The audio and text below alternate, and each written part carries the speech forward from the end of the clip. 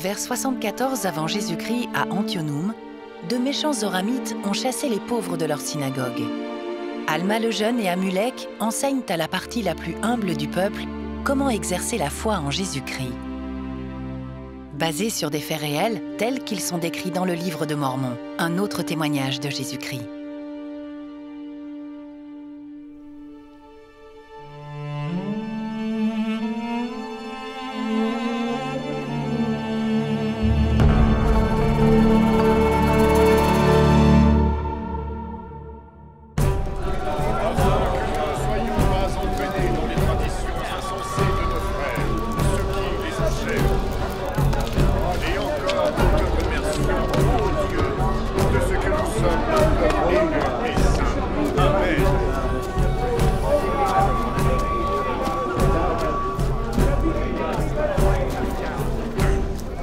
La paix soit avec toi, Zoram.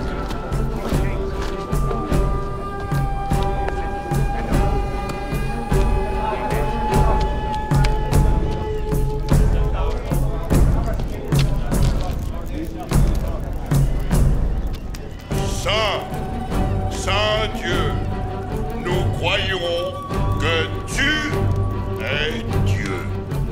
Et nous croyons que tu es saint.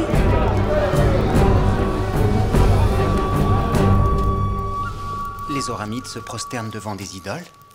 Ils sont tombés dans de grandes erreurs et ne gardent plus les commandements de Dieu. Ils pervertissent les voies du Seigneur. Nous craignons également qu'ils n'entrent en relation avec les Lamanites, ce qui serait la cause d'une grande perte pour nous. Que devons-nous faire?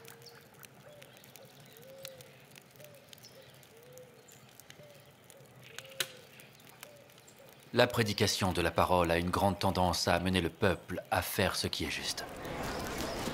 Elle a eu un effet plus puissant sur l'esprit du peuple que l'épée ou quoi que ce soit d'autre. Essayons donc la vertu de la parole de Dieu.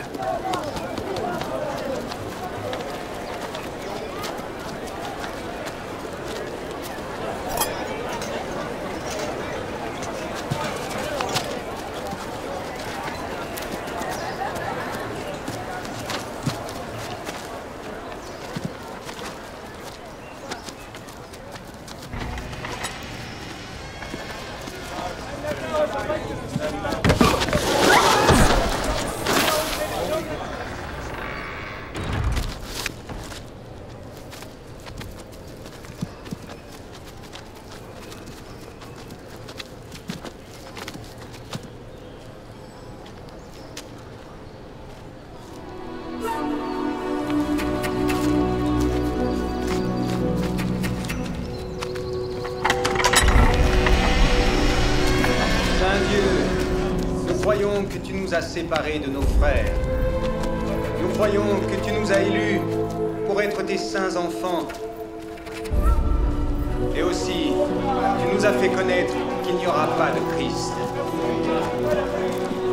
Ô Dieu, nous te remercions de ce que tu nous as élus, afin que nous ne soyons pas entraînés dans les traditions insensées de nos frères, ce qui les enchaîne à la croyance au Christ.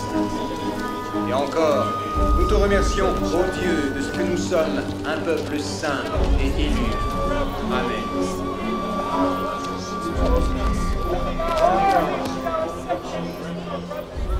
Pardonnez-moi.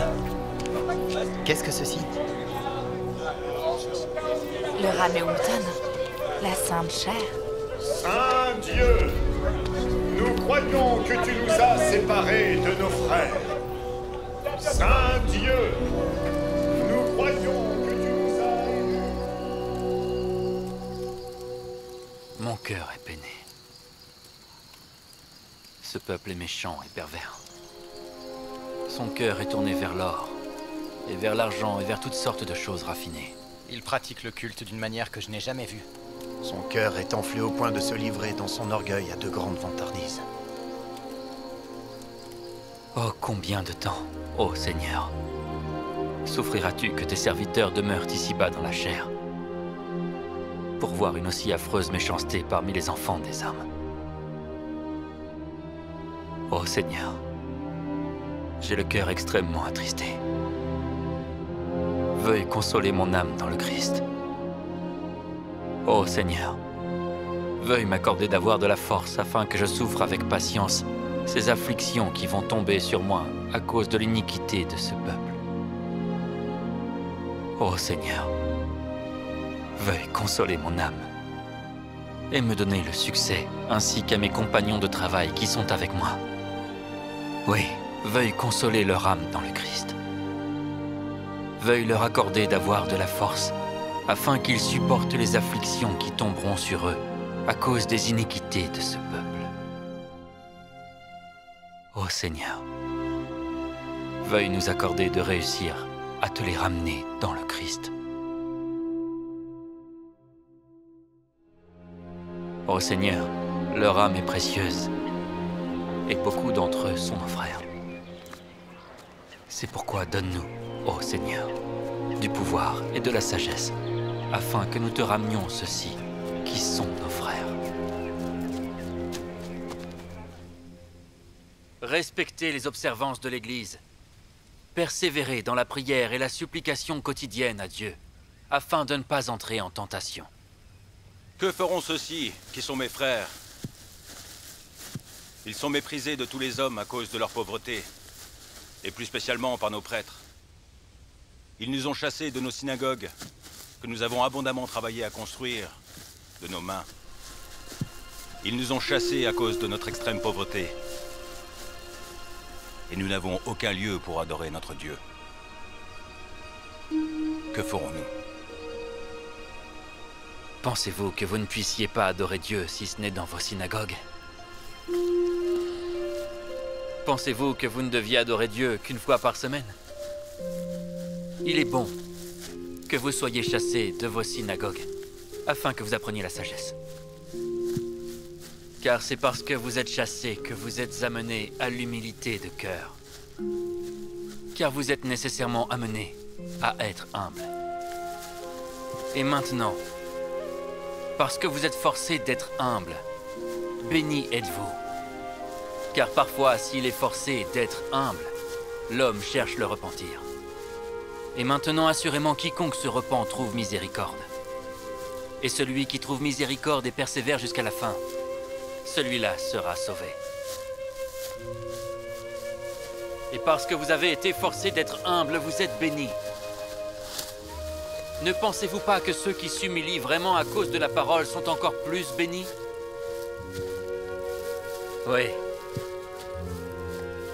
Celui qui s'humilie vraiment et se repent de ses péchés et persévère jusqu'à la fin, celui-là sera béni. Il y en a beaucoup qui disent, si tu nous montres un signe du ciel, alors nous saurons avec certitude. Or, je le demande, est-ce là de la foi? Non. La foi, ce n'est pas avoir la connaissance parfaite des choses. C'est pourquoi, si vous avez la foi, vous espérez en des choses qui ne sont pas vues, qui sont vraies. Et maintenant, Dieu communique sa parole par des anges aux hommes. Oui, non seulement aux hommes, mais aussi aux femmes. Or, ce n'est pas tout. Les petits-enfants reçoivent bien des fois des paroles qui confondent les sages et les savants. Or, comme je l'ai dit concernant la foi, que ce n'était pas une connaissance parfaite, ainsi en est-il de mes paroles. Vous ne pouvez pas, dès l'abord, savoir à la perfection qu'elles sont sûres, pas plus que la foi n'est une connaissance parfaite. Si vous faites l'expérience de mes paroles, et si vous faites preuve d'un tout petit peu de foi, oui, même si vous ne pouvez faire plus que désirer croire, laissez ce désir agir en vous jusqu'à ce que vous puissiez faire place à une partie de mes paroles. Nous allons comparer la parole à une semence. Si vous faites de la place pour qu'une semence puisse être plantée dans votre cœur, voici. Si c'est une vraie semence ou une bonne semence, si vous ne la chassez pas par votre incrédulité en résistant à l'Esprit du Seigneur, voici.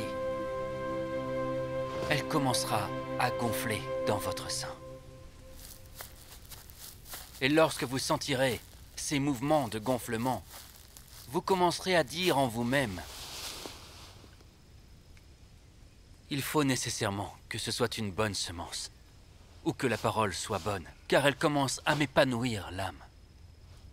Oui, elle commence à m'éclairer l'intelligence. Oui, elle commence à m'être délicieuse. Et maintenant, voici. Votre connaissance est-elle parfaite? Oui, votre connaissance est parfaite en cela.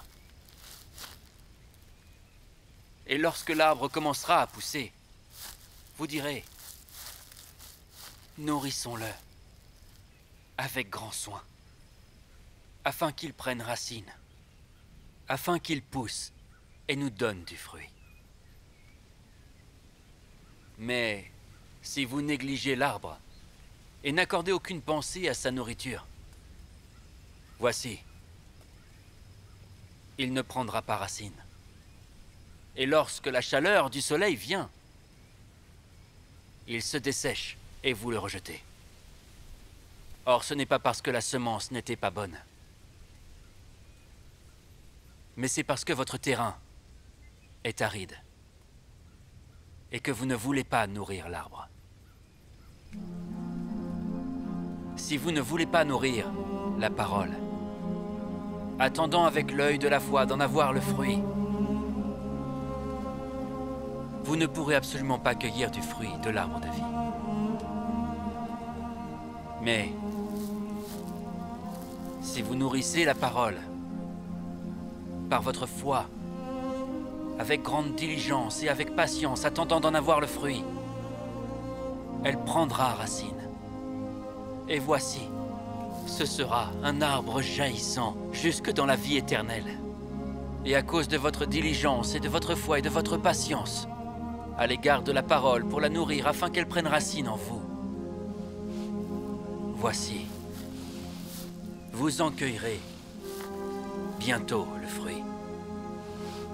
Et vous vous ferez un festin de ce fruit jusqu'à ce que vous soyez rassasiés, de sorte que vous n'aurez ni faim ni soif. Alors vous récolterez les récompenses de votre foi et de votre diligence, de votre patience et de votre longanimité, attendant que l'arbre vous donne du fruit. Devons-nous croire en un seul Dieu afin d'obtenir ce fruit? Aussi, de quelle manière devons-nous planter la semence ou exercer notre foi?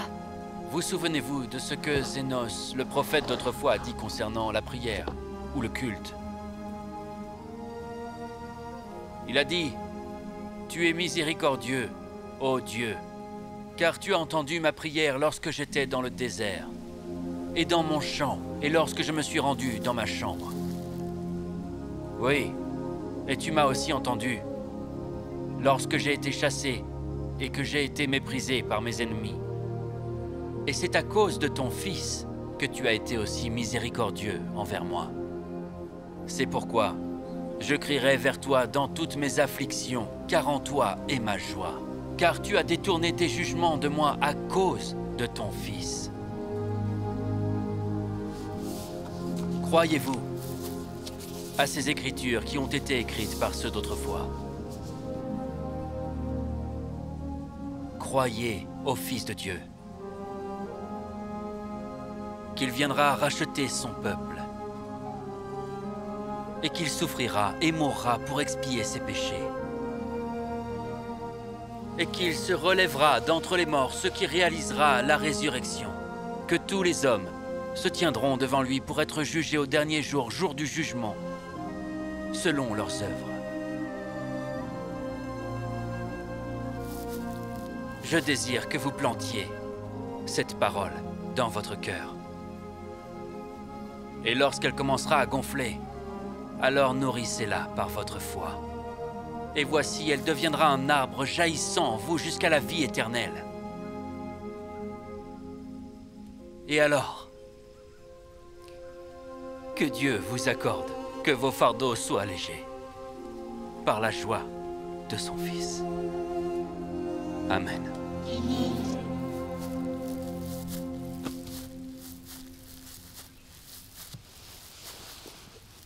Vous avez désiré de mon frère bien-aimé qu'il vous fasse connaître ce que vous devez faire à cause de vos afflictions. Et il vous a exhorté à la foi et à la patience. Et nous avons vu que la grande question que vous avez à l'esprit est de savoir si la parole est dans le Fils de Dieu ou s'il n'y aura pas de Christ. Je vais vous témoigner par moi-même que ces choses sont vraies. Je sais que le Christ viendra parmi les enfants des hommes pour prendre sur lui les transgressions de son peuple et qu'il expiera les péchés du monde car le Seigneur Dieu l'a dit. Car selon le grand plan du Dieu éternel, il faut qu'une expiation soit faite. Sinon, toute l'humanité va périr. Oui, tous sont déchus et perdus. Et sans l'expiation, ils périront. Et il est nécessaire qu'il y ait un grand et dernier sacrifice. Pas un sacrifice d'homme, ni d'animal. Ce ne sera pas un sacrifice humain, mais ce doit être un sacrifice infini et éternel. C'est là toute la signification de la loi, tout jusqu'au moindre détail annonçant ce grand et dernier sacrifice. Et ce grand et dernier sacrifice, oui, ce sacrifice infini et éternel, sera le Fils de Dieu. Et ainsi il apportera le salut à tous ceux qui croiront en son nom. Ceci étant le but de ce dernier sacrifice. Réaliser les entrailles de miséricorde, ce qui l'emporte sur la justice et fournit aux hommes le moyen d'avoir la foi qui produit le repentir. Et ainsi la miséricorde peut satisfaire aux exigences de la justice et les enserre dans les bras de la sécurité, tandis que celui qui n'exerce aucune foi qui produit le repentir est exposé à toute la loi des exigences de la justice.